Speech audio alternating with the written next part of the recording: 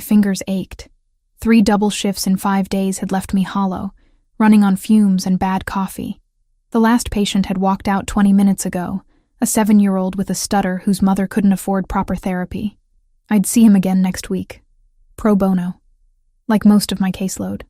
I locked the front door of the clinic, the old deadbolt sticking like it always did. Queens at night had a particular quality to it.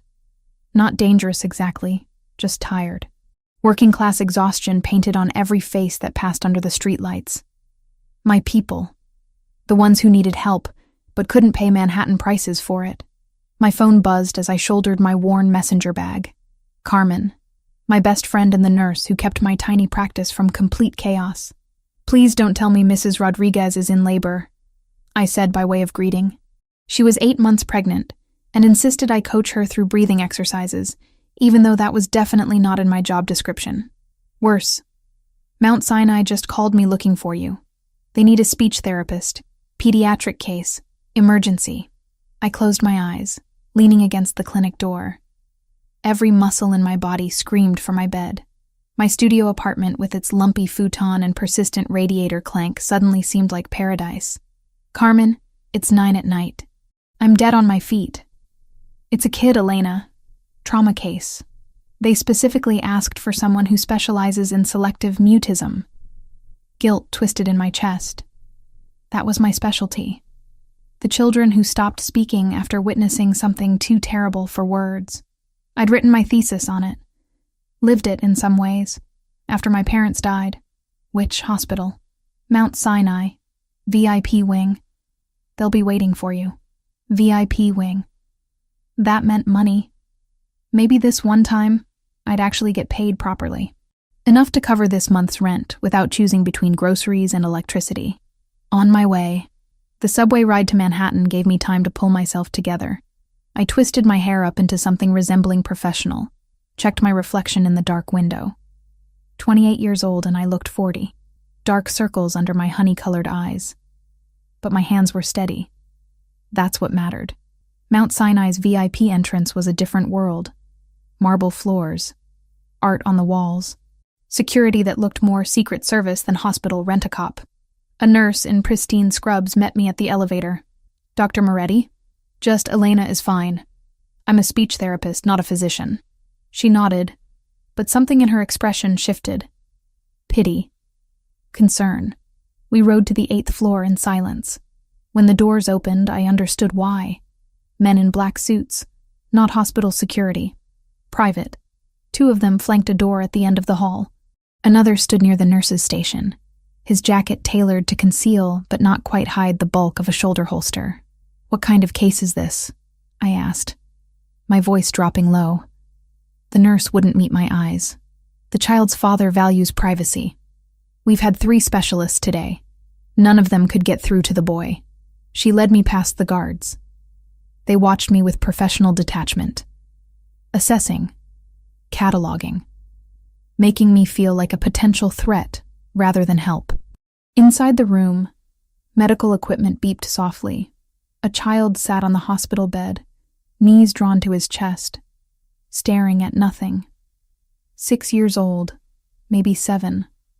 Dark hair, pale skin, eyes the color of jade that looked decades older than they should.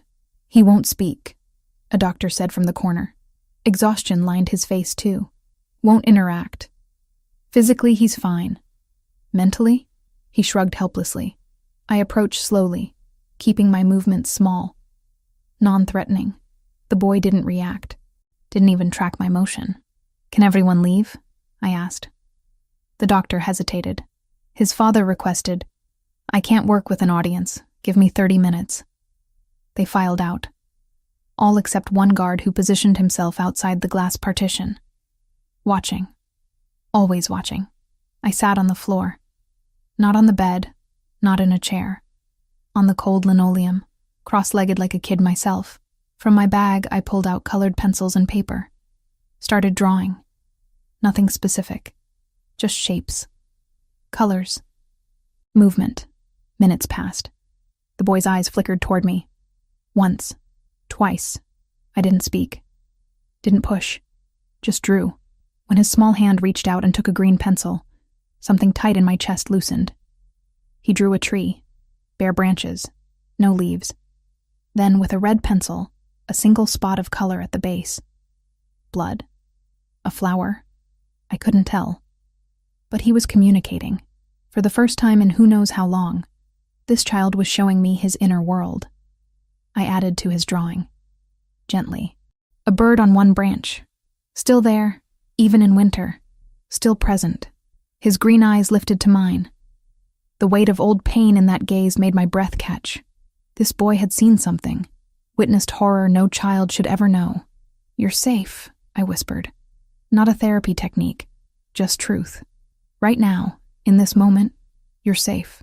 His hand trembled, but he kept drawing. Behind the glass, I felt eyes on me. Not the guard.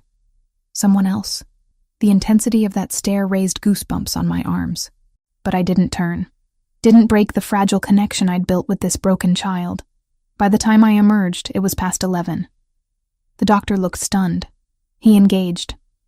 Actually engaged. In 3 years, we've never... He shook his head. "His father wants to speak with you." "I need to..." He insists. The parking garage was nearly empty. My ancient Honda Civic sat alone under a flickering light.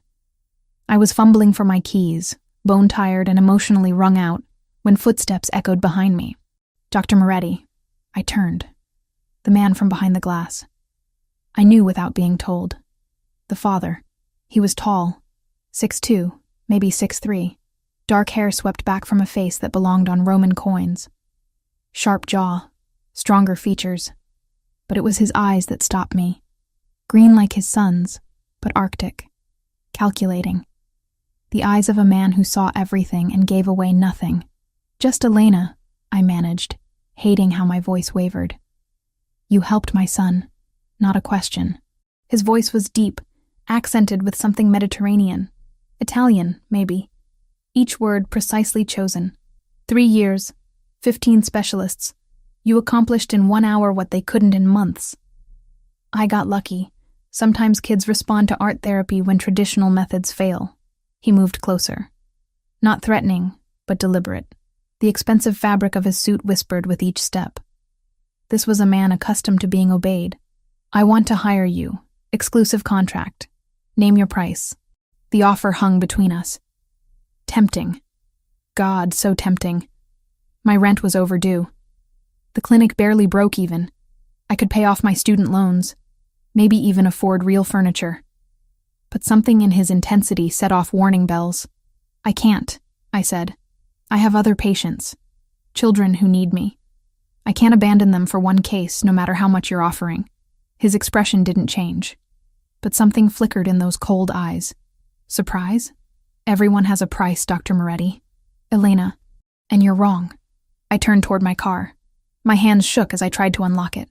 He was still there, watching, waiting. "Your son needs therapy," I said without looking back. "Not an employee. He needs someone who chooses to help him, not someone on your payroll. I'll come back, but on my terms. I work with him at my clinic, my schedule. You don't buy me, understand?" Silence. Then, soft enough I almost missed it. "What's your name?" "I told you. Elena. Your full name." "Elena Moretti. 28 years old. Speech therapist. Licensed in New York. Specializing in childhood trauma and selective mutism." I finally got the door open.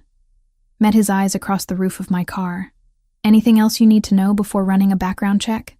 That almost smile again. "Everything about you, Elena Moretti. I'll know by morning." Creepy, but not surprising. "Good night, Mr. Bellavita. Adriano Bellavita." The name meant nothing to me. Should it have? The way he said it suggested people usually recognized it, reacted to it. I slid into my car. "Your son's name?" "Luca." "Luca," I repeated softer. "He's strong. Stronger than you probably realize. Tomorrow, 6 p.m., I'll come back. But we do this my way, or not at all." I drove away. In my rearview mirror, Adriano Bellavita stood under the parking garage lights, watching until I disappeared from view.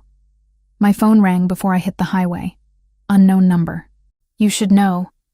His voice filled my car, dark and certain. "No one refuses me, Elena. No one walks away from Adriano Bellavita on their own terms. Well, I said, surprising myself with the steadiness in my voice. I just did. See you tomorrow. Don't be late. I hung up. My hands were shaking. My heart raced. But somewhere under the fear, under the exhaustion, something else stirred. I'd just said no to the most dangerous man I'd ever met. And somehow, impossibly, I'd survived it. What I didn't know yet was that surviving him would be the easy part. It was wanting to stay that would nearly destroy me. The week passed like water finding cracks in stone, slow, relentless, changing everything it touched. 3 times a week, I drove from Queens to the Upper East Side, leaving behind my cramped clinic to enter Adriano Bellavita's fortress. Each visit felt like crossing into another country, one where men in dark suits watched from corners, where marble floors echoed with footsteps that never seemed to belong to anyone, where cameras tracked movement through hallways wide enough to hold my entire apartment. But none of that mattered once I sat across from Luca. The boy was 6 years old, I'd learned. 6 years of silence since the day his mother died. 6 years of specialists failing, of medications that dulled but never healed, of a father who ruled an empire but couldn't reach his own son. On my 3rd visit, something shifted. Luca sat by the window in what they called the therapy room, a converted library with floor-to-ceiling shelves and afternoon light that made dust motes dance like tiny spirits. His small hands moved across paper, creating shapes that weren't quite pictures, but weren't meaningless either. Trees without leaves, birds without wings, a house with no door. I didn't speak, just watched, just existed beside him in the quiet.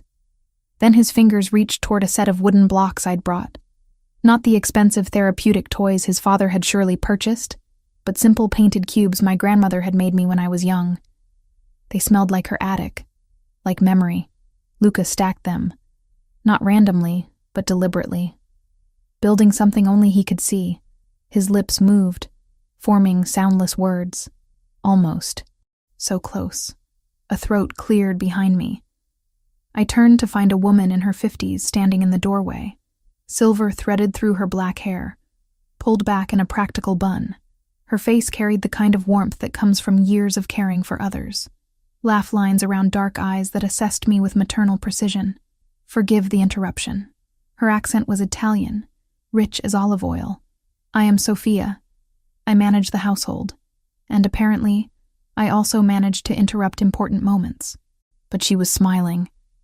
And more remarkably, Luca had turned to look at her. Actually looked, instead of staring through people like they were glass. He likes you, Sophia said quietly, moving into the room with practiced ease.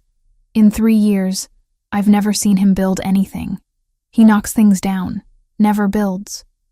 The implication settled heavy in my chest. This boy had watched his world collapse. Why would he construct anything when experience taught him it would only fall?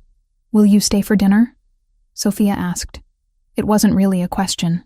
Mr. Bellavita requests your presence, and I make ossobuco that even the silent cannot resist. I should have refused. Should have maintained professional boundaries. But Luca's small hand had reached out to touch the hem of my sleeve. The first voluntary physical contact he'd initiated, and Sophia's eyes held a plea that transcended language. Yes, I heard myself say. I'll stay. The dining room could have hosted a state dinner. Crystal chandeliers, oil paintings of long-dead Bellavitas, a table that could seat 20 but was set for 4. Adriano sat at the head like a king holding court. Sergio, his second-in-command, occupied the seat to his right. A man in his mid-40s with silver at his temples and eyes that calculated everything. I was placed beside Luca, across from Sergio. Sophia appeared and disappeared like a ghost, bringing courses that probably cost more than my monthly rent. Dr. Moretti. Sergio's voice was smooth, educated. My employer speaks highly of your work. Unusual for him to speak highly of anyone. Just Elena, I corrected. And I'm just doing my job. Your job. Adriano finally spoke, his voice cutting through the pretense like a blade through silk. Is that what you call giving my son back his voice? He hasn't spoken yet, but he's trying. I saw him today. His lips moved. The intensity in his green eyes made my breath catch. This wasn't just a father's hope. This was something rawer, desperate. Luca ate his pasta slowly, occasionally glancing at me, checking if I was still there, if this was real. "Tell me," Adriano continued, fingers wrapped around a wine glass he hadn't drunk from. "What made you become a speech therapist?" The question felt like a test, like everything with him was a test. "My grandmother raised me," I said carefully, "after my parents died when I was 8. She had a stroke when I was 15. Lost her ability to speak. I watched therapists help her find words again. I wanted to give that gift to others." Something flickered across his face. Understanding? Empathy? It vanished too quickly to name. "Loss," he said, "is a language all its own." The weight of those words pressed against the elegant room. Sergio shifted uncomfortably. Sophia, bringing more wine, hesitated. "Luca lost his mother 3 years ago," Adriano continued, his gaze never leaving mine. "She died protecting him. Took a bullet meant for me. He watched her fall. Watched her." He stopped, jaw clenching. He hasn't spoken since. My throat tightened. I'd suspected trauma, but this level of violence, witnessed by a 3-year-old child. "I'm sorry," I whispered. Inadequate words, but all I had. Sorry doesn't bring her back. Sorry doesn't give my son his voice. His hand gripped the glass harder. "But you might. So tell me, Elena Moretti, what will it take to make you work exclusively for us? Name any price. I already told you. And I heard you. But circumstances change. Threats evolve. The people who killed my wife are still hunting. Anyone close to Luca becomes a target. Including you." The temperature in the room dropped 10 degrees. "What are you saying?" Sergio leaned forward. "What Mr. Bellavita is delicately suggesting is that your involvement with his son has attracted certain attention. The Solnsevskaya Bratva, Russian Mafia," Adriano cut in. "They've noticed you, your visits here, your clinic in Queens. They're watching, trying to understand if you're leverage, if you matter to me. I don't matter to you. I'm just his therapist." His green eyes burned. "They don't know that. And by the time they figure it out, they might have already decided you're useful." Fear coiled in my stomach, cold and alive. So what am I supposed to do? Stop seeing Luca? Abandon him when he's finally making progress? No. Adriano stood, moving to the window that overlooked the city. "You stay close. You let me protect you. You stop pretending you can remain separate from this world. I never asked to be part of your world, but you are. The moment you walked into that hospital room, you became part of it." I pushed back from the table, anger overriding self-preservation. "This is insane. I'm calling the police." "And tell them what?" Sergio's voice was soft, almost kind. "That the Russian mob might be interested in you because you're treating a child? They'll laugh. And then you'll be alone, unprotected, with enemies you don't understand." Sophia appeared beside Luca, gently guiding him from the room. He looked back at me, those green eyes so like his father's, filled with confusion. I'd raised my voice, disrupted his peace. When the door closed, I faced Adriano again. "I can't live like this. Looking over my shoulder, being afraid. You're already afraid. I see it in how you check your rearview mirror, how you lock your car doors immediately. You've felt eyes on you for days, haven't you?" My silence confirmed it. "That black SUV 3 blocks from your clinic," he continued. "The man in the coffee shop who's there every time you stop for your morning caffeine. The clicks on your phone line. You've noticed but told yourself it was paranoia. How do you... Because I put them there first. My protection, watching over you. Making sure the Bratva didn't get to you before I could warn you." The room spun. He'd been surveilling me, invading my privacy while claiming it was for my own good. "Get out," I whispered. "I need to leave. Now. Elena." "No. You don't get to do this. You don't get to make me a prisoner in your war. I'm done." I grabbed my bag, heading for the door. He didn't stop me. Didn't chase. Just called after me with absolute certainty. "You'll be back. Because you care about Luca. And because you're smart enough to know that walking away from protection is walking toward danger." I drove home shaking. Every car behind me looked suspicious. Every shadow held threats. He'd poisoned my peace, made me see danger everywhere. But he'd also told me the truth. 3 days later, after lying awake every night, jumping at sounds, checking locks obsessively, I returned to his mansion. Not because he'd won, because Luca needed me, and because, terrifyingly, I was beginning to understand that in Adriano Bellavita's world, protection and possession were two sides of the same coin. I just hadn't decided yet which side was facing me. The piano keys felt cool beneath my fingertips, smooth ivory that had been played before. Sofia had mentioned it once belonged to Adriano's late wife. Now it sat in the corner of the therapy room, a ghost of memory draped in afternoon light. Luca stood near the window, small shoulders rigid with the tension he carried like armor. 10 days had passed since my first visit. 10 days of slow progress. Gestures, eye contact, the fragile architecture of trust being built one careful brick at a time. But no words. Not yet. "Do you like music?" I asked, knowing he wouldn't answer. Knowing the question wasn't meant for his voice, but for his heart. His eyes flickered toward the piano. Something shifted in his expression. Curiosity? Longing? I couldn't tell. I sat on the bench, positioning myself sideways so he could see my face. My fingers found middle C, pressed gently. The note hung in the air between us, pure and uncomplicated. Luca turned fully, watching. I played something simple, a lullaby my grandmother used to sing when nightmares chased me through childhood. The melody was older than memory, passed down through generations of Italian mothers soothing frightened children. Slowly, like a deer approaching water, Luca moved closer.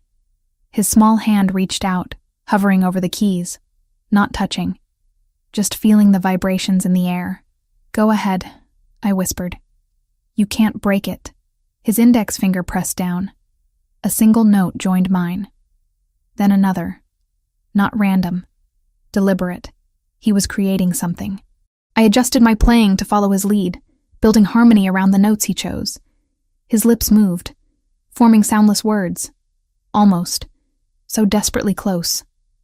Then it happened. The syllable escaped like a bird freed from a cage.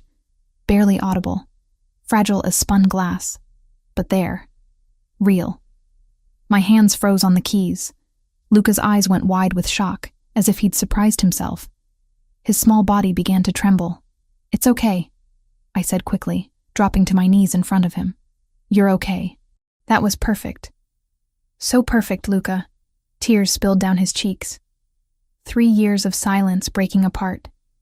He reached for me, and I pulled him close, feeling his tiny frame shake with sobs that had been trapped for too long. The door opened. I knew without looking who stood there. Adriano's presence filled the room like a storm front. But when I glanced up, his face held something I'd never seen before. Vulnerability. Raw and unguarded. He moved toward us slowly, as if afraid sudden movement might shatter the moment. Knelt beside me. His hand trembled as it touched his son's dark hair. "Luca," he breathed. Just the name. Just that prayer. And suddenly we were all together. Adriano's arms encircling both of us. His son crying. Me caught in the middle of something sacred and terrifying. I could smell his cologne, feel the warmth of his body, sense the barely controlled emotion radiating from him like heat from a furnace. "Thank you," he whispered against my hair. So quiet I almost missed it. "Thank you." The moment stretched. Seconds becoming minutes, becoming an eternity compressed into shared breath and pounding hearts. I should have pulled away, should have maintained professional distance. But Luca's small hand gripped my shirt, and Adriano's arm pressed against my shoulder, and everything felt simultaneously right and completely impossible. When Luca finally calmed, Sofia appeared with juice and cookies.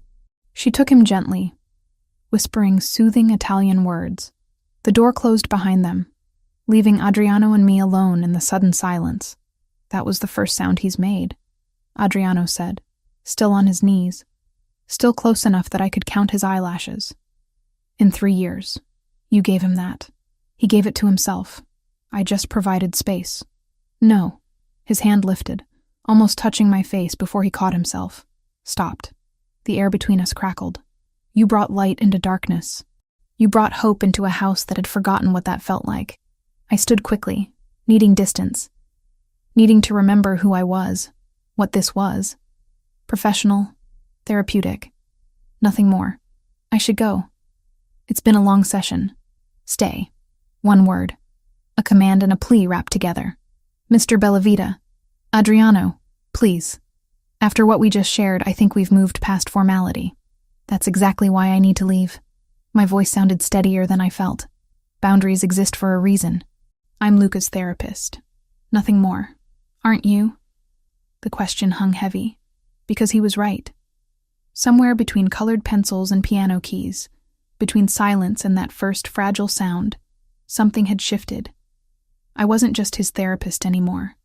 I was entangled. Tomorrow, I said, gathering my bag. Same time. We'll build on today's progress. I made it to the door before he spoke again. Will you have dinner with us tonight? Sophia's making pasta. Luca would like you there. That's not appropriate. Since when is sharing a meal inappropriate? Since you started looking at me like that. The words escaped before I could stop them. Adriano's eyes darkened. He closed the distance between us in 3 strides. Like what? His voice dropped to barely above a whisper. Like you're the first thing that's made sense in 3 years? Like your sunlight after nothing but night? My back hit the door. He stopped inches away. Not touching. Not threatening. Just there. Overwhelming every sense. You're my son's therapist, he said, echoing my own thoughts. You're inappropriate. You're impossible. And I can't stop thinking about you. His hand lifted again. This time his fingers brushed my cheek. Feather light. There and gone. But the touch burned. Adriano. His phone erupted with harsh ringtone. He cursed in Italian, pulled it from his pocket. Sergio's name flashed on the screen. What? His voice turned cold. Professional. The mask slamming back into place. I couldn't hear Sergio's words, but I watched Adriano's expression change. Harden. Transform into something dangerous. I'm on my way. He ended the call. Looked at me with regret and fury warring in his eyes. I have to go. Don't leave. Wait here. I need to... Wait. Please. Then he was gone. I stood there trembling, confused, terrified by how much I'd wanted him to kiss me, by how close I'd been to letting him. 20 minutes later, I was driving back to Queens, my hands still shaking on the wheel. 2 days passed without word from him. 2 days of seeing my normal patients, trying to focus on work, jumping every time my phone rang. Then Carmen called at 2 a.m. Elena, get to the clinic. Now. I'd never heard her voice shake before. The storefront was destroyed, glass everywhere, graffiti in Russian covering the walls, equipment smashed, files scattered across the floor like murdered paper. Carmen stood in the wreckage, phone in hand, tears streaming down her face. The police just left, she said. They called it vandalism, random. But Elena? She held out her phone.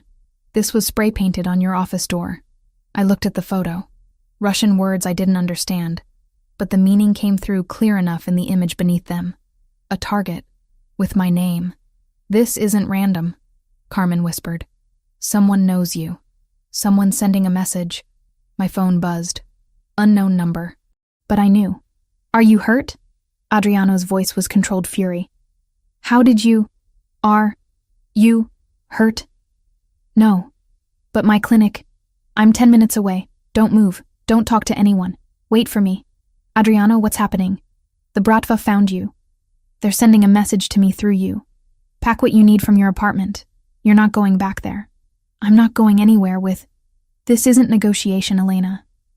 They know where you work, where you live. They know you matter to me, and that makes you a target. I don't matter to you. I'm just...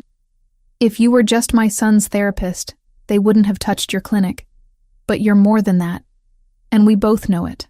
Black SUVs appeared at the end of the street. 5 of them, moving in formation. You have a choice, Adriano said. Stay here, unprotected, and wait for them to decide you're worth taking. Or come with me. Let me keep you safe." Carmen gripped my arm. "Who is that?" "Elena, what have you gotten into?" The SUVs stopped. Adriano stepped out of the lead vehicle, phone still at his ear. Even from a distance, he looked lethal. Purpose and power wrapped in an expensive suit.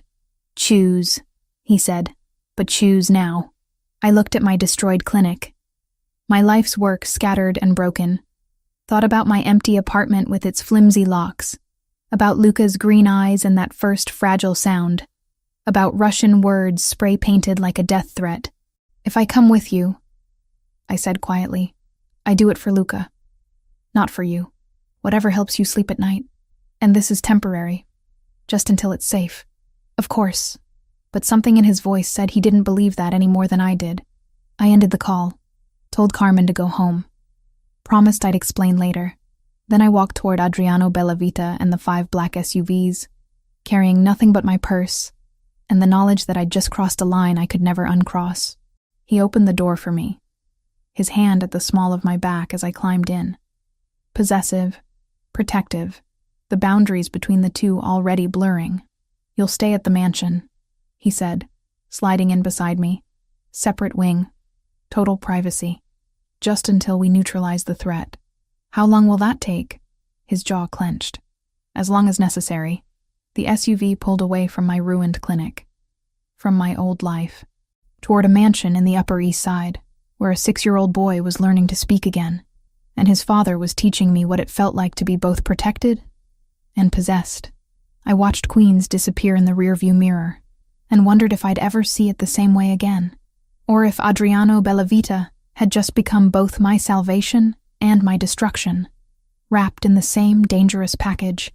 Living under Adriano Bellavita's roof was like existing in 2 worlds simultaneously. The mansion breathed luxury through every marble surface, every oil painting, every chandelier that cost more than my yearly salary. But beneath the elegance, danger pulsed like a second heartbeat. Men in dark suits patrolled the perimeter. Cameras tracked movement through hallways. Every door had a guard, and I was trapped in the center of it all. 2 weeks had passed since the night my clinic was destroyed. 2 weeks of waking in silk sheets that felt like chains, of eating meals I couldn't taste, of working with Luca while his father watched from doorways with eyes that burned through my professional facade. My routine became ritual. Morning sessions with Luca using the equipment Adriano had installed. Afternoons conducting telemedicine appointments with my other patients through the laptop he'd provided. Evenings that stretched into uncomfortable dinners where Sophia's cooking was the only thing that kept the silence from suffocating us all. But Luca was progressing. That's what mattered. That's what I told myself every time I felt Adriano's gaze tracking my movements like a predator studying prey. The boy was making sounds now. Humming during our art sessions. Attempting syllables when we played piano together. His small hand would reach for mine more often, seeking contact, building trust. And every time he smiled, something in my chest cracked open just a little more. It was during one of those interminable dinners that everything shifted. Sophia had outdone herself. Ossobuco that fell off the bone, risotto that melted on the tongue, wine that probably cost more than my car. Luca sat beside me, close enough that his knee bumped mine under the table. Adriano faced us both, his green eyes moving between his son and me with an intensity that made breathing difficult. "Tell me about your family," he said suddenly. Not a request. Never a request with him. I set down my fork. There's not much to tell. Humor me. The weight of his attention pressed against me like a physical thing. Even Sophia paused in her serving, sensing the shift in air pressure. "My parents died when I was 8, I said finally. Car accident on the way home from my birthday party. My grandmother took me in, raised me in a tiny apartment in Brooklyn. She had a stroke when I was 15. Lost her ability to speak for 2 years before she got it back. I traced the rim of my wine glass. That's why I became a speech therapist. To give others what she fought so hard to reclaim." Luca's small hand found mine under the table. Squeezed. The gesture undid me more than any words could. "And your grandmother?" Adriano's voice had softened. Barely perceptible, but I heard it. "Died 3 years ago. Heart attack. I was alone after that." "Not anymore." The words hung between us, loaded with meaning I wasn't ready to unpack. Sophia cleared her throat, suddenly very interested in removing plates that were still half full. "Luca, come," she said gently. "Bath time, Piccolo." The boy looked at me, those jade eyes questioning. I nodded, trying to smile. "Go ahead. I'll see you tomorrow." But he didn't move. His lips formed shapes, working toward something. Adriano leaned forward, every muscle tensing. Then it came, clear as a bell, perfect as prayer. "Papa." The single word detonated in the silence like a grenade. Adriano's face transformed. 3 years of control shattered in an instant. His hand reached across the table, trembling as it touched his son's dark hair. "Yes," he breathed. "I'm here. Papa's here." Luca said it again. "Papa," testing the word, tasting its shape, finding his voice after years of silence. I stood quickly, needing to give them space, needing air, needing distance from the raw emotion flooding the room. But Adriano rose too, crossed to me in 3 strides. His eyes blazed with something feral and grateful and desperate all at once. "You did this," he said. "You brought him back. He brought himself back. His hand lifted, cupped my face. His thumb traced my cheekbone with aching gentleness. The contact sent electricity racing down my spine. "Elena," he whispered. My name had never sounded like that before, like benediction and damnation wrapped together. He leaned in, slowly, giving me time to pull away, to stop this, to remember every reason why this was wrong. But I couldn't move, couldn't breathe, couldn't do anything but stare at his mouth as it came closer, closer. His phone erupted with harsh sound. He froze, cursed viciously in Italian, pulled back just enough that I could think again. "Don't move," he ordered, voice rough. "This isn't finished." He stalked from the room, phone pressed to his ear. Barking orders I didn't understand. I sagged against the table, heart hammering. Sophia appeared beside me like a ghost. "That man," she said quietly, "has not looked at anyone the way he looks at you. Not since Natalia died. Be careful, Kara. His world is not kind to the things he loves." The warning should have scared me. Instead, it made something dangerous bloom in my chest. Hours later, I lay awake in my borrowed bed, staring at shadows on the ceiling. Sleep refused to come. Every time I closed my eyes, I felt his hand on my face, heard my name in his voice. Footsteps in the hallway made me tense. A shadow passed under my door, paused. I held my breath, wondering if he would knock, if I would answer. But he moved on, and I told myself the disappointment twisting in my gut was relief. The next morning, everything changed again. I was working with Luca in the garden when Sergio appeared. His face was grim. He bent to whisper something to Adriano that made every line of his body go rigid. "Take Luca inside," Adriano said.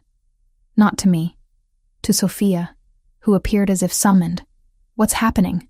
I demanded. "Business. Nothing that concerns you." "Don't lie to me." His eyes flashed. "My office. Now." We faced each other across his massive desk. The room smelled of leather and power, and the cologne that haunted my dreams. "The Bratva have made their next move," he said. "They're targeting the orphanage where you volunteer, threatening to burn it down unless you're handed over to them." The floor tilted beneath me. "That's insane. There are children there. Innocent. They don't care about innocence. They care about leverage. About hurting me through the people He stopped, jaw clenching. "Through the people connected to me. I have to turn myself in. I can't let them hurt those kids because of me." "Absolutely not. It's not your decision. The hell it isn't." He moved around the desk, loomed over me. "You think I'll let them take you? Use you? Destroy you to get to me? It's not about you. It's about innocent children who need protection more than I do. You don't understand what they'll do to you, Elena. The Bratva don't negotiate. They torture. They break. His voice cracked. "I can't. I won't lose someone else." The raw pain in his voice stopped my argument cold. That night, I made my decision. At 2 a.m., I packed a small bag, Left a note for Luca explaining I had to go help some children, that I'd come back when I could. I made it halfway down the hallway before strong hands caught my arms. Adriano spun me around. Fury and fear warred in his expression. Where the hell do you think you're going? To turn myself in, to save those kids. Over my dead body. It's not your choice. I shoved at his chest. Those children have no one else. I'm all they have. I won't let them burn because you can't control your enemies. And I won't let you die because I pulled you into this world. We were shouting now. Guards appeared at the end of the hall, but Adriano waved them off. You don't own me, I hissed. You don't get to decide what I do with my life. You're mine to protect whether you like it or not. I'm not yours. Aren't you? His voice dropped to something dangerous. Then why does your pulse race when I'm near? Why do you watch me like you're starving? Why didn't you pull away when I almost kissed you? Because I'm an idiot, I whispered. Because despite everything I know about you, every warning screaming in my head, I can't stop.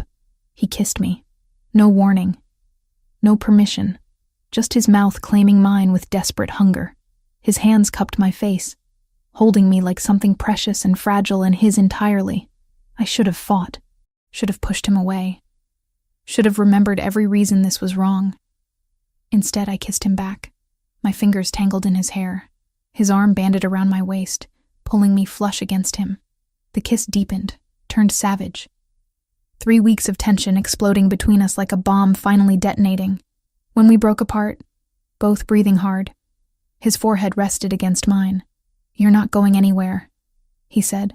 I'll handle the bratva. I'll protect those kids. But you stay here, where I can keep you safe. Adriano, please. The word cracked something in me. Please, Elena. Let me protect you. And God help me. I nodded. Because somewhere between colored pencils and that first desperate kiss, I'd stopped being just a therapist in his world. I'd become the thing he'd fight wars to keep.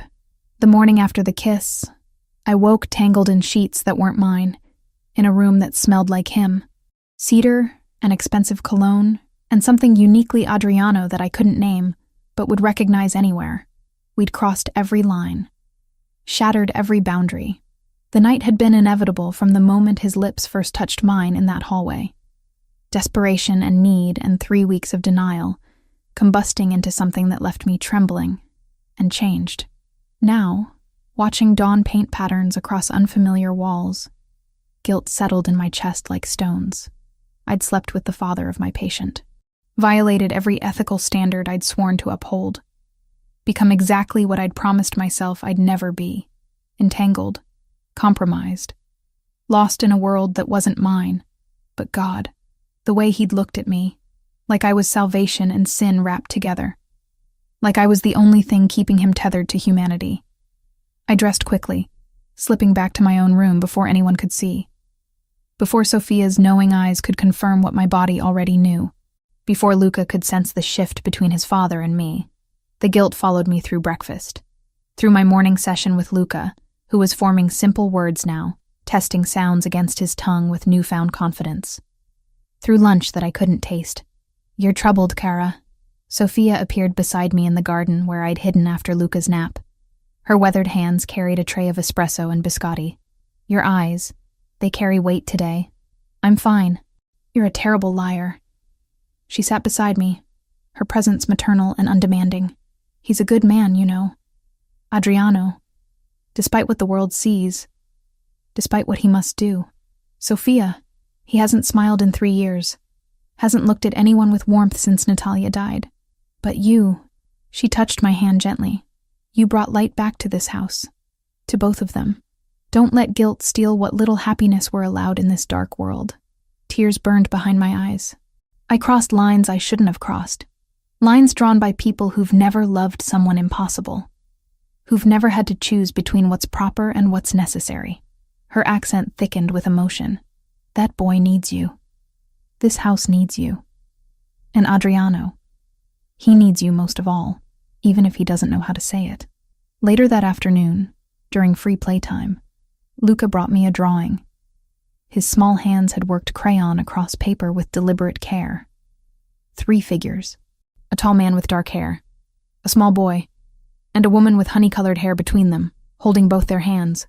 Familia, he whispered. Family. One of his new words, practiced during our Italian lessons. My throat closed. It's beautiful, Luca. He pointed at me. Then at the drawing. His green eyes held such hope it shattered something inside me.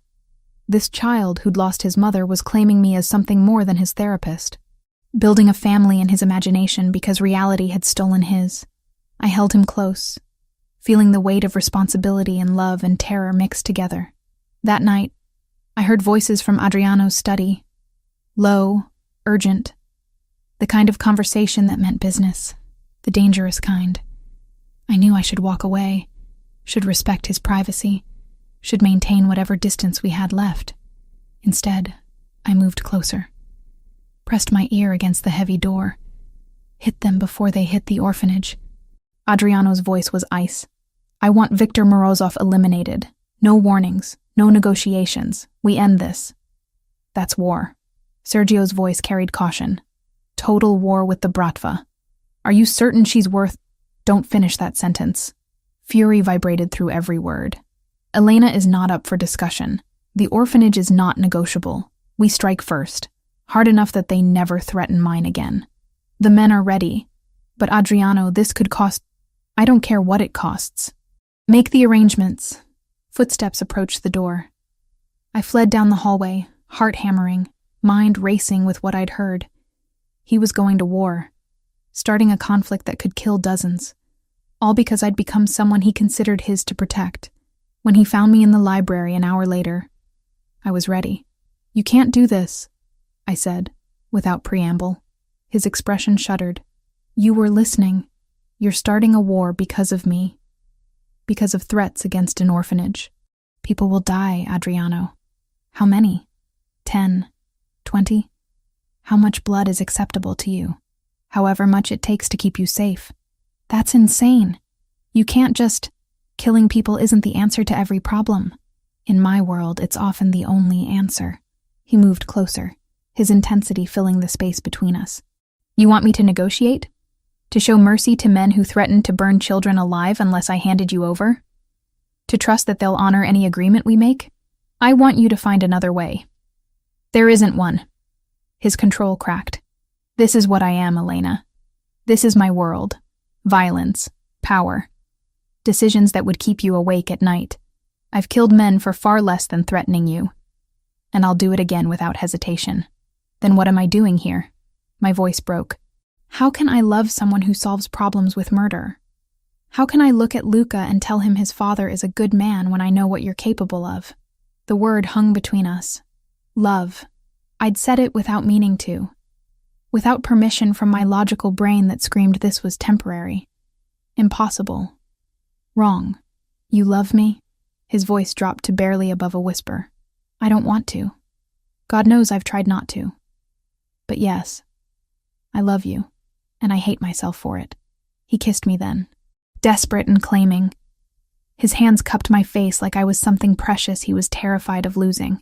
Then let me protect you the only way I know how. He breathed against my lips. Let me eliminate this threat so you can sleep without fear. So Luca can keep his therapist. So I can keep... He stopped, jaw clenching. Keep what? The first thing that's mattered to me since Natalia died. The confession broke something in both of us. We didn't make it back to his room that night either. The library became our sanctuary, our battlefield. The place where love and violence and impossible choices collided. 3 days later, he left in the pre-dawn darkness. I watched from my window as black SUVs lined up like soldiers, as he slid into the lead vehicle without looking back. Luca found me there at sunrise, my forehead pressed against cold glass. Papa? His voice was small, worried. He'll be back, I promised, pulling him close. Your papa always comes back. But I wasn't sure if I believed it.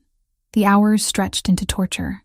Luca sensed my tension, growing quiet again, retreating into himself the way he had before I arrived.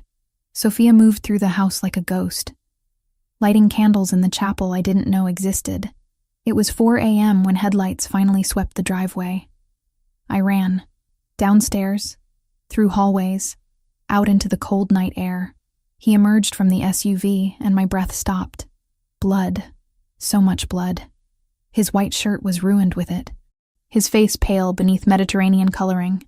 "I'm fine," he said before I could speak. "It's not all mine." Sergio appeared behind him. "Get him inside. I need her to stop looking at me like that." Adriano interrupted. His eyes locked on mine. "Like she's afraid of me." "I'm not afraid," I whispered. "I'm terrified. But not of you. For you." Inside, in his private bathroom, I played nurse, cleaning cuts, bandaging wounds. A deep gash on his forearm that should have had stitches. Bruised ribs that made him hiss when I touched them. "It's done," he said as I worked. "Viktor Morozov is dead. The threat is eliminated. You're safe now." My hands shook as I wrapped gauze around his arm. "How many?" "Don't ask questions you don't want answered. How many men died tonight because of me? None of them died because of you." He caught my chin, forcing me to meet his eyes. "They died because they threatened innocence. Because they chose this life. Because in war, there are casualties. But not you. Never you." Tears fell despite my attempts to stop them. He wiped them away with bloody knuckles. "I love you," I whispered, "and it terrifies me. Because loving you means accepting this. Accepting violence and danger and a world I don't understand. Then don't accept it." His voice was rough, broken. "Walk away. Take the out I'm giving you. Luca will survive. Sophia will find him another therapist. And you can go back to your safe life in Queens and forget any of this happened. Is that what you want? What I want is irrelevant. What's best for you is... Don't tell me what's best for me." I gripped his wounded arm harder than necessary. "I'm here. I'm staying. Because I love you. Because Luca needs me. Because despite every logical reason to run, I can't imagine being anywhere else." Something shifted in his expression. Relief and pain and desperate hope mixing together. "Then stay," he breathed. "Stay and let me love you back. Let me build something that isn't built on violence. Let me try to be the man you deserve instead of the monster I've become." I kissed him, tasted blood and promises and impossible futures on his lips. "You're not a monster," I whispered. "You're just a man trying to protect what's his. And whether I like it or not, I'm his now too." "Welcome to my hell," his eyes said, "where loving someone means accepting their darkness. And God help me, I was ready to burn." Time moved differently in the aftermath of violence. 4 weeks stretched like years, each day bleeding into the next as I watched Adriano heal from wounds that should have killed him. The first week, he barely moved. Fever ravaged his body from an infection the doctors hadn't caught initially. I sat beside his bed, changing bandages, forcing him to drink water, listening to him mutter in Italian through fever dreams that made him vulnerable in ways he'd never allow when conscious. Luca understood something had happened. His father's absence from their nightly routine left gaps the boy filled by clinging to me. He slept in my room more nights than not, his small body curled against mine. Seeking comfort, I desperately tried to provide while my own fear threatened to drown me. "Mama Elena," he whispered one night. Not a question, a claim, a need. The first time he'd called me that, and it shattered every defense I had left. "I'm here, sweetheart," I breathed, holding him tighter. "I'm not going anywhere." By the second week, Adriano was sitting up, arguing with doctors, demanding to work from bed. Sergio brought files that I promptly stole, earning glares that would have terrified me months ago, but now just made me stubborn. "You need rest, not business," I told him, hiding his laptop. "I need to ensure you're protected," he countered, trying to reach past me. The movement made him hiss with pain. "I'm protected. You have a small army outside. Now lie down before you tear your stitches." Something in his expression softened. "When did you become so bossy? When you became so impossible?" His hand caught mine, thumb tracing circles on my wrist. "During the operation, when everything went wrong, all I could think about was getting back to you. To Luca. I couldn't die because I hadn't told you." He stopped, jaw clenching. "Told me what?" "That I'm planning something. A surprise." But you have to be patient. I hate surprises. You'll love this one." His green eyes held secrets and promises. "Trust me." The third week brought color back to his face. He moved through the house like a caged predator, restless and healing. Luca started speaking in full sentences now, his vocabulary exploding with confidence. The boy's laughter echoed through hallways that had known only silence for years. "Papa," Luca said one afternoon, his hand in mine, "Mama Elena teaches me new words every day." I froze. So did Adriano. The casual way Luca claimed me as mother hung in the air between us, heavy with implication. "Does she?" Adriano's voice was careful, controlled, but his eyes burned. "And what do you think about that?" "I love Mama Elena." Simple. Certain. The truth of a 6-year-old who didn't understand complications. Adriano's gaze locked on mine. So do I. The words stole my breath. We'd said it before, in moments of desperation and passion. But this was different. This was in front of his son. This was a declaration with witnesses. Week 4 arrived with autumn colors painting the estate in gold and red. Adriano was fully healed, though he still favored his left side when he thought I wasn't watching. He'd been secretive all morning, disappearing with Sergio, returning with a smile that made my stomach flip. "Get dressed," he told me after lunch. "Something nice. We're going out." "Out? Adriano, I haven't left this house in—" "I know. Which is why you need this." The car ride was a mystery. Blindfold optional, he'd joked, but I refused. I needed to see where we were going. Needed the illusion of control, even as everything spiraled beyond my grasp. We pulled up to my old clinic in Queens. Except it wasn't my old clinic anymore. The building had been completely renovated. New windows. Fresh paint. A sign that made tears blur my vision. Moretti Center for Pediatric Speech Therapy. "What did you do?" I whispered. "Come inside." The interior was unrecognizable. State-of-the-art equipment filled therapy rooms I'd only dreamed of. Toys organized by developmental stage. Technology that cost more than I'd make in 10 years. An office with my name on the door. And staff. 5 speech therapists introduced themselves, all highly qualified, all ready to work under my direction. "I don't understand," I managed, overwhelmed and dizzy. Adriano guided me to the office, closing the door. From his jacket, he produced a folder. Legal documents, property deeds, all in my name. "It's yours," he said quietly. "The building, the equipment, the staff salaries, all covered by a trust I established. You can help hundreds of children now, not just the few you were struggling to see. Why would you? This must have cost millions. You wanted to help people. I wanted to give you the means to do it. The building purchase started the day after the Bratva attacked. I wanted you to have something that was yours, untouchable, protected." My hands shook as I held the deeds. "Adriano, this is too much. It's not enough. It'll never be enough for what you've given me. Given Luca." He knelt then, actually knelt before me, pulling a small box from his pocket. Time stopped. "I know this is fast," he said, voice rough with emotion. "I know you deserve better than a man with blood on his hands. But Elena, you brought my son back to life. You brought me back to life. And I can't imagine existing in a world where you're not mine." The ring was perfect. A single diamond, elegant and simple, exactly what I would have chosen. "Marry me," he continued. "Not because of protection or convenience or proximity. Marry me because I love you with everything I am. Because Luca needs a mother.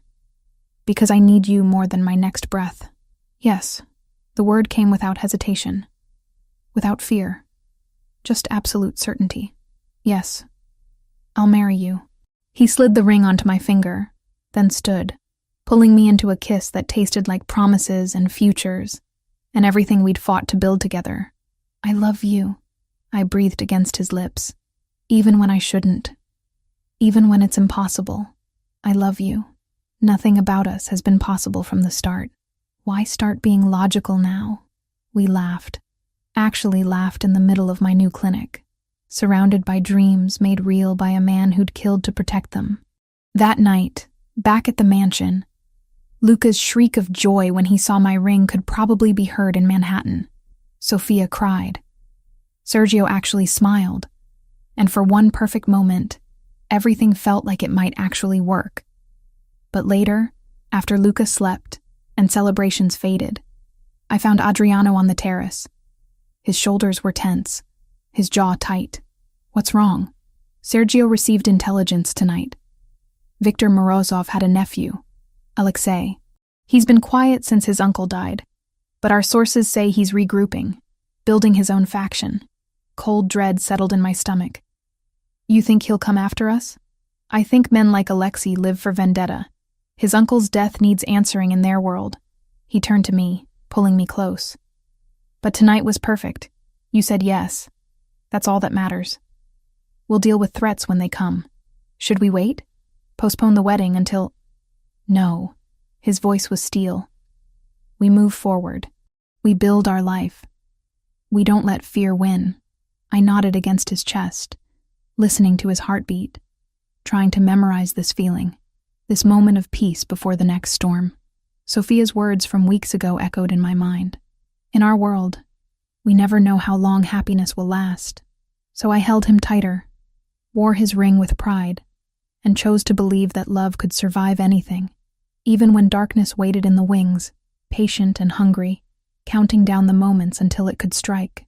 Wedding preparations consumed the next 2 weeks like a fever. Sophia transformed the mansion into something from a dream. White roses everywhere, strings of lights that turned evening into magic. A chapel on the estate I'd never noticed, decorated with centuries of Bella Vita history. But beneath the beauty, I felt the weight of watching eyes. Security doubled. Guards I didn't recognize appeared at every corner, and Adriano's tension grew with each passing day, coiling tighter like a spring about to snap. I'd started going to the clinic during preparations, 2, sometimes 3 times a week to meet my new staff, review treatment protocols, familiarize myself with equipment that still felt too expensive to touch. The therapists were brilliant, experienced, compassionate, eager to help the children who needed us most. Luca came with me sometimes, fascinated by the sensory room with its bubble tubes and fiber optic lights. He'd talk to other children now, his vocabulary expanding daily, his confidence blooming. Watching him help a younger child learn to form sounds made my heart swell with pride. "Mama Elena," he said one afternoon, tugging my sleeve. "When you marry Papa, I get to call you just Mama." I knelt beside him, throat tight. "If you want to, sweetheart, I'd be honored." "Good." He hugged me fiercely. "Because you're my mama now. The best mama." The night before the wedding, I couldn't sleep. Nerves and excitement and something darker churned in my stomach. I found Adriano on the terrace where we'd first really talked, staring at the city lights below. Second thoughts. His voice carried forced lightness. "About marrying you?" "Never." I moved beside him. "But you've been tense all week. What aren't you telling me?" His jaw clenched, the mask he wore so well cracking slightly. "There are things I've kept from you, to protect you, to let you have these weeks of happiness without fear." Ice formed in my veins. "What things?" He turned, capturing my hands in his. "Alexei Morozov, Victor's nephew. He's been quiet since his uncle died, but my intelligence says he's rebuilding, gathering the remnants of the Bratva, and he's sworn vendetta. Why didn't you tell me?" I pulled back, betrayal sharp in my chest. "Because you deserved to plan our wedding without that shadow. Because I wanted to give you something pure, before dragging you deeper into my world." His green eyes held regret and determination. "But I promised you transparency. So I'm telling you now before we say vows. Alexei is out there. He's dangerous. And marrying me puts an even bigger target on your back. You're telling me this now? Hours before our wedding? I'm giving you an out. One last chance to walk away before..." I kissed him. Hard, silencing the doubt in his voice with the certainty in my heart. "I'm not walking away." I breathed against his lips. "Tomorrow I become your wife. We face Alexei together. We face everything together. That's what marriage means." Relief and love flooded his expression. "I don't deserve you. Probably not. But you're stuck with me now." The wedding day dawned perfect and terrifying. Sophia helped me dress in lace and silk that made me feel like a bride from old Italian paintings. Carmen flew in as my only guest, crying the moment she saw me.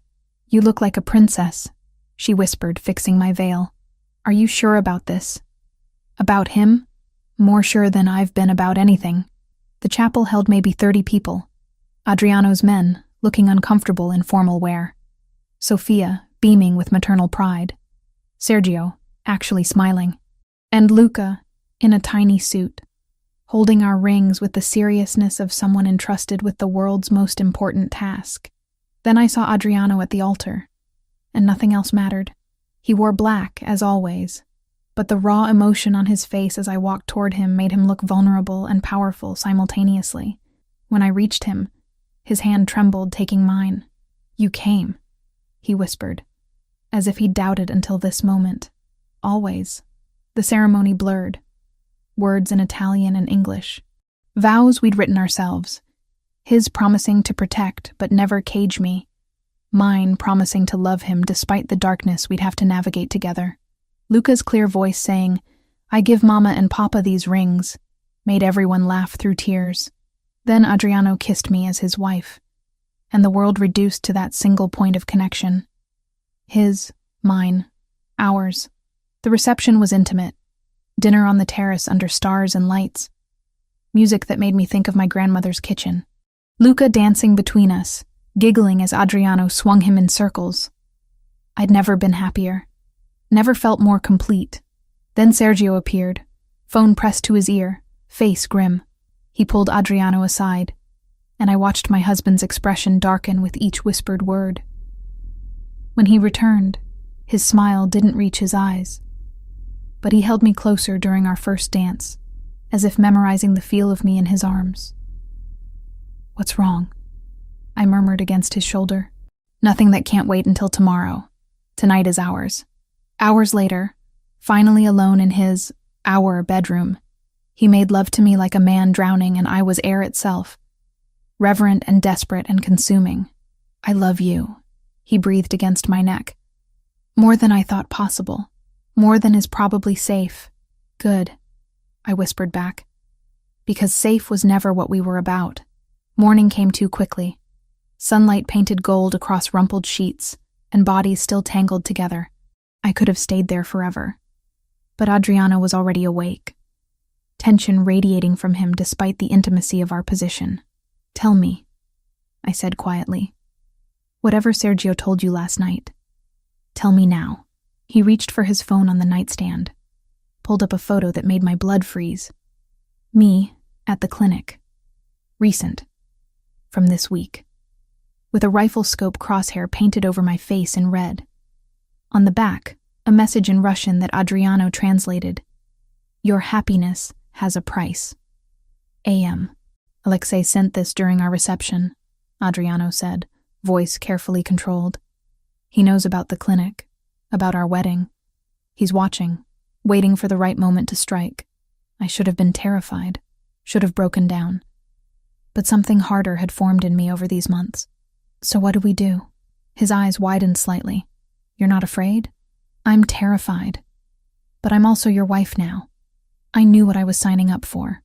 I took the phone, studied the image of myself marked for death. I have patients who need me.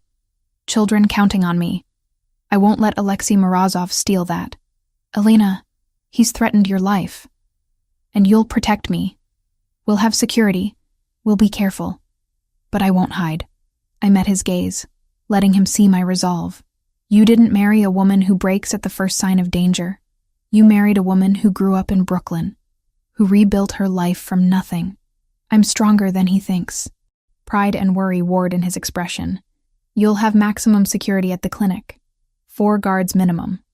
You don't go anywhere without protection." "Agreed. And you follow every protocol I establish. No arguments." "I'll follow reasonable protocols," I countered. "But I won't become a prisoner in my own life." He pulled me close, face buried in my hair. "Your courage is going to give me a heart attack. Then I guess you'll need me to perform CPR." Despite everything, he laughed. Actually laughed. "How did I survive before you? You didn't. You just existed. Now you live." Those words meant to comfort, seemed to shake something loose in him. He kissed me again. Slower this time, claiming and grateful and terrified all at once. The next weeks would test everything we'd built. Alexei lurked in shadows, patient and dangerous. Security became oppressive but necessary. Every trip to the clinic was planned military precise. But I kept working, kept helping children find their voices, kept building the life Adriano had given me the means to create. And at night, I came home to my husband and son, to family dinners where Luca chattered about his day, to Sophia's knowing smiles, to a love that had bloomed in the most impossible soil. "Do you regret it?" Adriano asked one night, holding me as we watched Luca sleep. Marrying into this world, I thought about my destroyed clinic in Queens, about Russian threats and armed guards, and living under constant surveillance, about ethics I'd compromised and lines I'd crossed. Then I thought about Luca calling me Mama, about Adriano's rare smiles, about children learning to speak in a clinic that bore my name. "Not for a single second," I whispered. "This is exactly where I'm supposed to be, even if danger waited in the wings, even if our happiness had a price tag attached, because some loves were worth fighting for, worth dying for." And Adriano Bellavita had become mine. The clinic had become routine again, almost normal, if you could call normal having 4 armed guards rotating shifts outside a children's therapy center. A week had passed since the wedding, and I'd settled into a rhythm that felt sustainable. Morning sessions, lunch with staff, afternoon appointments, home to Luca and Adriano by dinner. Luca stayed at the mansion now during my work hours. His father's orders non-negotiable. Sophia kept him entertained with cooking lessons and Italian stories, building a bond that warmed something deep in my chest. My son was safe, protected. That's what mattered. The little girl appeared on a Tuesday afternoon. 8 years old, dark hair, haunted eyes that reminded me too much of Luca 3 months ago. The social worker introduced her as Anya, a Russian orphan, recently traumatized, completely nonverbal. "We heard about your success with selective mutism," the woman explained, her accent thick with exhaustion. "The state services are overwhelmed. We thought maybe—" "Of course," I said immediately, kneeling to Anya's level. Recognition sparked something in me. This child needed help. Needed someone who understood silence. Security checked her paperwork. Scanned her belongings. Found nothing suspicious. Just a scared little girl with a worn backpack and eyes too old for her face. I should have known. Should have been more careful. But how do you turn away a child who needs you? The session went well. Anya responded to art therapy like Luca had, cautiously, but with genuine interest. I spoke to her in the Russian I'd learned for my immigrant patients, and something flickered in her expression. Understanding, maybe trust. 2 days later, during our second session, everything went wrong. The ventilation system hissed wrong. I noticed it first. A chemical smell. Too sweet. Too heavy. My training kicked in faster than thought. "Everyone out!" I shouted to the staff in the main area. "Gas! Get the children!" But my legs were already weakening. Anya collapsed first, small body crumpling. I crawled toward her, trying to cover her face with my sleeve. Darkness swallowed everything. I woke to rope burns and terror. A warehouse. Brooklyn, maybe. Based on the industrial sounds filtering through cracked windows. Anya beside me, whimpering, her small hand gripping mine with desperate strength. "It's okay," I whispered in Russian, forcing calm into my voice despite the panic clawing my throat. "We're going to be fine. I promise." 3 guards rotated watches. Professionals, but bored. They'd been told we were bargaining chips, nothing more. They didn't see us as threats. That was their mistake. I'd grown up in Brooklyn, learned to pick locks with a hairpin when I was 12 and locked myself out. The muscle memory returned as I worked the rope binding my wrists, fingers trembling but steady enough. Anya watched with wide eyes as I freed first myself, then her. "When I say run," I breathed in Russian. "You run to the back door. Don't look back. Understand?" She nodded. This brave little girl who'd been through too much already. The guard's lighter sat on a crate near scattered newspapers. Careless. Fatal. I created the distraction we needed. Smoke, billowing thick and black toward the ceiling, triggering whatever survival instincts these men had. In the chaos, Anya ran. I followed, praying Adriano had people tracking us, praying the smoke would be visible, praying we'd survive long enough to matter. The assault came minutes later. Professional, brutal, efficient. Sergio found us huddled behind a dumpster 2 blocks away, wrapped us in blankets, rushed us toward waiting vehicles. "Where's Adriano?" I demanded, voice hoarse from smoke. "Finishing it," Sergio said grimly. "You don't want to see that part, Elena. Trust me, he was right." I didn't. The hospital was sterile and safe and smelled like antiseptic instead of fear. They checked us both. Minor smoke inhalation, dehydration, shock, but alive. We were alive. Luca burst into the examination room an hour later, Sophia right behind him, both of them pale and shaking. "Mama!" He launched himself at me, sobbing into my chest. "Papa said bad men took you. I was scared. So scared. I'm here, baby. I'm okay." I held him with one arm, the other around Anya, who hadn't left my side. "We're both okay." Then Adriano appeared in the doorway, and the world stopped. Blood on his clothes. Exhaustion in every line of his body. But alive. He was alive. "It's done," he said quietly. "Alexei is dead. The threat is eliminated." I nodded, unable to speak past the relief choking me. He crossed the room in 3 strides, gathered all of us, me, Luca, even Anya, into arms that shook with the aftermath of violence I'd never see, but would always feel the weight of. 2 weeks later, I stood in family court with a lawyer Adriano had hired. Anya's case was complicated. She'd been used by the Bratva, traumatized, orphaned twice over, but I wanted her. Needed to give this child the safety she deserved. "Temporary guardianship granted," the judge said. "Adoption proceedings can begin, but understand, this will take time. Extensive background checks, home studies, probably a year or more." "We have time," I said, looking at Anya, who sat between Luca and me, small hands gripping both of ours. "We have all the time she needs." 14 months vanished like water through fingers. Months of therapy for Anya, watching her slowly find her voice. Months of Luca becoming the protective older brother she needed. Months of building routines and trust in something that felt impossibly like normal family life. The clinic thrived. 300 children on our roster now, with staff I'd trained personally. My dream made real by a man who'd killed to protect it. And through it all, love. So much love it sometimes felt like drowning in the best possible way. I stood in our bedroom, 2-week-old Leonardo sleeping in my arms, and watched through the window as Adriano played with Luca and Anya in the garden below. My husband had stepped back from operations, letting Sergio handle most of the business. He wanted to be present. To be the father he'd learned how to be because I'd shown him it was possible. "Mama," Luca's voice drifted up. "Anya said her first joke. Come here." I smiled, tears pricking my eyes. Yesterday, the adoption had been finalized. Anya Moretti Bellavita. Our daughter. Officially. Finally. That night, all of us gathered around the dining table. Adriano, me with Leonardo, Luca chattering about school, Anya practicing new words with Sophia's patient encouragement. Normal.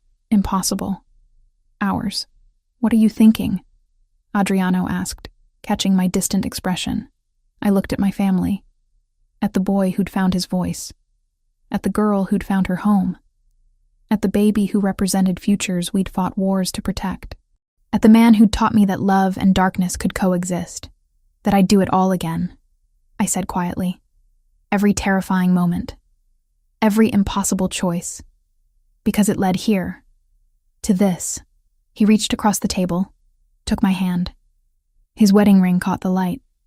Matched mine, simple gold, inscribed with Italian words that meant, through darkness, light. "I love you," he said. Not a confession anymore, just truth. "I love you too. All of you." Luca and Anya giggled at something Sophia said. Leonardo made soft sleeping sounds. And Adriano looked at me like I'd hung the moon, when really, we'd both just survived the night long enough to see dawn. This was our happily ever after, built on impossible foundations, defended with blood and sacrifice, but ours completely. And I wouldn't change a single moment of the journey that brought us here. Not one.